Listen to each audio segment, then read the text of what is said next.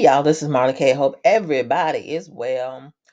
Got a story that I want to share with you. It's really important. It is about the new passport apps. This is from payments.com. It's related to business and leisure travel, and it is tied to the coming digital wallets that they are encouraging us to get. Notice that Google put out this thing about July. The Google Pay is going away, and they're having a new Google Wallet, the digital wallet, in preparation for all this. They didn't say that. This is what I'm saying. In preparation for all the digital stuff that's coming. Um, as you can see, everything in the world is escalating. The economy is collapsing. Gold is rising.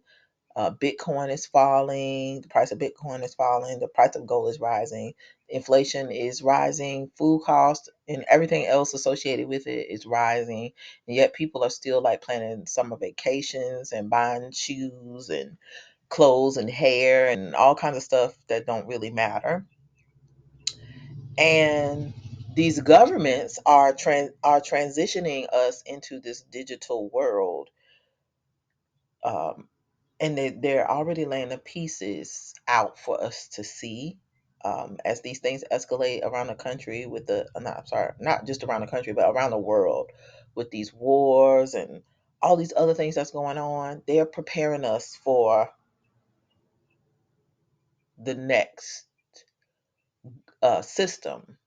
And like I said, we're in between two systems, the old system and the new system. And so these things that they're introducing are a part of the new system, therefore the new system.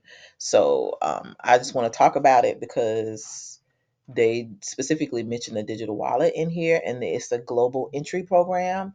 So if you travel, I'm sure if you fly, you've seen, they have a little kiosk for global entry. You got to go scan your face and do all these things. And so they sold it to us as a convenience to be able to um, go through the checkpoints quicker. But everybody's going to have to do this. And so that privilege eventually is going to go away.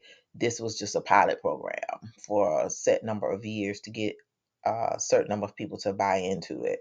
So listen to this article because it tells you which group of people are going to usher us in quickly into this new world order. So if you have young people and young children, it's really going to be important for you to talk to your young people about what's coming so that they won't contribute to it. And if you have young children, it's really important for you to tailor or curb altogether their digital device usage because, again, these target groups are helping usher us into this new world order. So it says the cost of skipping long airport queues is set to increase due to a hike in fees for expedited security programs, according to a recent press release by the U.S. Customs and Border Protection, CBP. But a passport app may help. Effective October 1st of this year, 2024, the fee for the Global Entry Program, for instance, will rise from $100 to $120. Global Entry facilities expedited clearance for pre-approved low-risk travelers upon their arrival at selected U.S. airports. Users verify their membership by capturing a photo, then receive on-screen instructions to proceed to a CBP officer who confirms their successful completion of the process. However, applying and gaining access to this accelerated clearance service can span several months, including submitting an online application and waiting for a conditional approval and an in-person interview either before travel or upon arrival at the airport. For those who would like to avoid the extra $20, and it's just $20, or deal with the potentially lengthy wait times, CBP, which is the federal government, suggests an alternative, a passport app called Mobile Passport Control, MPC. The free app allows travelers to submit their photo, customs declaration, and passport information to expedite their re entry into the country at participating airports. This means getting access to dedicated lines for mobile passport control users, offering a swift passage through immigration. So see how they're selling it to you? It's gonna be so fast. You're gonna get through there so fast. You're gonna get on your vacation so fast and come home fast. Just give me your picture and your passport and your stuff, and I'm gonna put it in a digital wallet, and you're gonna have it on your phone, and you can just boop boop boop go through the line and be at the front and be on the airplane and go on your trip. Go to your business trip. Go to your leisure trip to wherever you're going. It's just going to be fast because you're going to pay this money and give us your information. It's going to happen fast. This is how the New World Order is going to come in real fast and catch so many of us off guard, and we're going to be unaware of what's happening because this is how they're presenting this stuff to us. Travelers who successfully use the MPC Passport app will no longer have to complete a paper form, which is the goal, and may be provided a designated queue. Maybe. You ain't gonna be provided no designated queue because everybody gonna have to do this. You just a sucker duck. That's what you are. The US CBP notes on its website. As a result, travelers may experience shorter wait times. Notice they say may, because this is really a pilot program. Just like the global entry, it was a pilot. And so that was successful. And so now they need to get more people, more buy in. So now here they're going to give it to you on the app because guess what? Everybody got a phone now.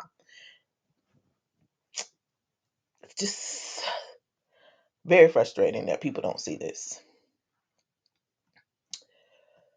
So it says business leisure travel shifts.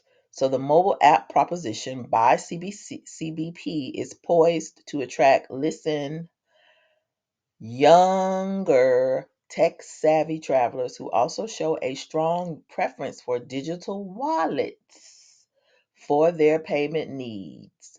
This is how we're going to get to the critical mass needed to shift from what we have to where we're going because young people are ignorant, unfortunately. Can't tell them nothing. They don't know about any other time without technology. And they're lazy. Just think everything is convenient and needs to be convenient. So it's really problematic. So it says, furthermore, Gen X and millennial consumers play significant roles in driving the surge in travel expense, accounting for approximately 31% and 28% of expenditure, respectively. This underscores the importance of tailoring services to meet their preferences and travel needs. So they're now the focus, which is why there's this whole focus on young kids, middle and high school age kids, and college age kids, because this is the grooming ground now. This is why if you look at everything, they want you to have a phone. You need to have digital. They got these kids working on this stuff at school. Just we just in a mess, and I don't see how we get out of it because there's not enough people, in my opinion, who are awakened to resist the snares of the adversary. So we're going here. If you're one of those parents who like to buy your kids technology and you keep a phone in the face all the time, like you are contributing to this delinquency of your child and their being gullible to these ploys that are ushering us into the New World Order. So, thank you. Thank you so much. Anywho, and as more consumers are slated to travel this year, prioritizing the needs of leisure travelers should be a top priority for businesses in the travel industry. According to Richard Wazas, CEO at foreign exchange company TravelX, there's been a notable shift in the business leisure travel mix with a greater number of consumers compared to business travelers. This shift will significantly influence the dynamics of the travel ecosystem this year, Wazaks said. pointing to reports by airlines like British Airways, highlighting a decline in business class bookings alongside a surge in economy and economy plus bookings. This trend clearly has impacts on the ecosystem because business travelers and leisure travelers behave differently and have different needs, he explained.